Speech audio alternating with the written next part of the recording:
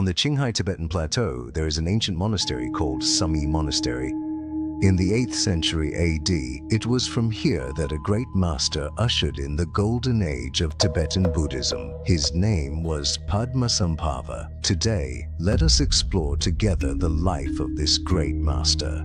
Some people may ask, was Guru Rinpoche merely a mythical figure or a real historical person? The answer is that he truly existed. In the faith of the Tibetan people, he has never died. And to this day, he still remains with all sentient beings. The story begins in the northwest of India, in the kingdom of Oddiyana, which is today's Swat region of Pakistan. This is a real historical location, not a legend. At that time, the king, Indrabhuti, had no heir, so he gave away all the treasures of the kingdom in charity. And finally, on a lotus in the middle of a lake, he discovered a baby boy. The child said to the king, "My father is Amitabha Buddha, and my mother is light-skinned." This young child was Padmasambhava. The king was moved to tears and brought the child back to the palace. He displayed extraordinary wisdom, and in front of many masters, he studied grammar, crafts, astronomy, and medicine. However, when he was 16 and about to inherit the throne, he said to his father, the king, "The kingdom is a prison, and only death is liberation." So he resolutely left and went alone into the 8 great charnel grounds. He practiced among piles of skulls for 12 years, mastering all the knowledge of the world, and then discarded it all. While people pursued supernatural powers, what he sought was to no longer be bound by anything. It was then that Tibetan King Trisong Detsen invited Padmasambhava to Tibetan region to spread the Dharma, facing fierce opposition from local deities. Obstacles such as lightning and plague followed one after another. Many people thought that Padmasambhava came to Tibetan region to tame demons, but it wasn't so. He subdued them with compassion and wisdom. With just a gentle lift of his hand, he dispelled all disasters. It is said that on a cliff, the handprint he left can still be seen to this day. The chaotic demons and spirits were subdued as Dharma protectors, guarding the Dharma for ages. Thus, the Tibetan people respectfully call him the second Buddha.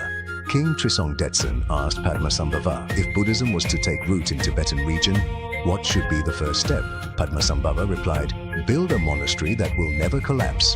This monastery is called Samye Monastery. Its appearance was a vision manifested by Padmasambhava in the palm of his hand. The bottom level is Tibetan style, the middle is Chinese style, and the top is Indian style. This signifies that Buddhism has no national boundaries.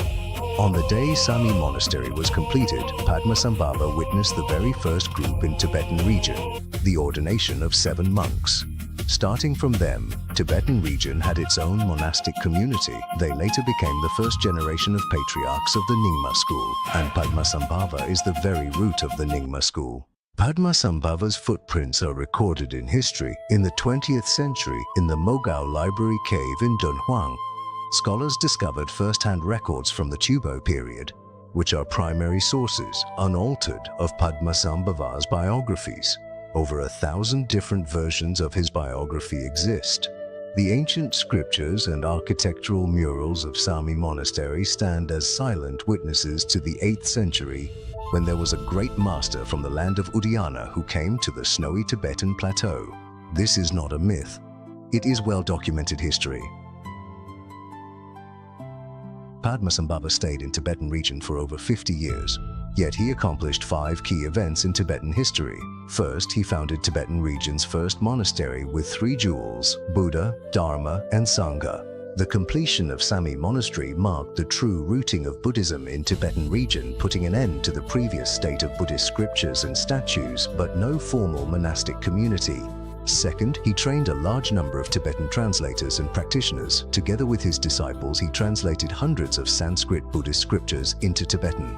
Among them, the 25 most renowned disciples all attained extraordinary realization. They also became the core lineage holders and important sources of the Nyingma tradition. It can be said that without Padmasambhava, there would be no later Tibetan Buddhism. Third, he transformed Tibetan region's native deities into Buddhist protectors. He accepted and subdued the original beliefs, so that the mountain and lake spirits were no longer enemies but became protectors of the Dharma. This then allowed the Dharma to flourish smoothly in Tibetan region. Fourth, he concealed hidden treasures. preserving the teachings for millennia, preparing for future conflicts and calamities.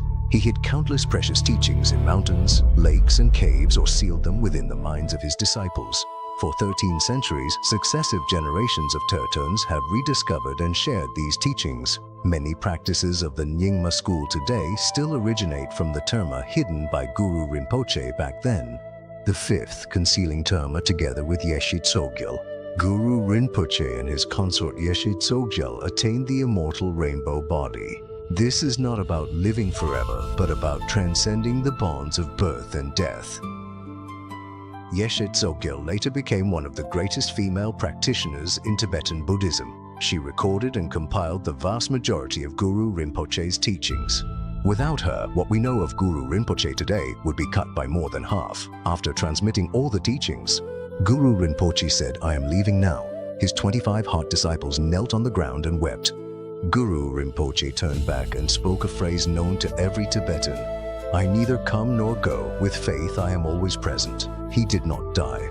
Tibetans say he rode a celestial horse to the southwestern land of the Rakshasas to liberate the beings there. Before leaving, he sealed countless teachings, leaving them for future treasure revealers. Today, when you recite Guru Rinpoche's mantra, he is right by your ear. Today, when you pray to Guru Rinpoche, he is right in your heart. They believe when you recite, he is present. When you have faith, he has never left.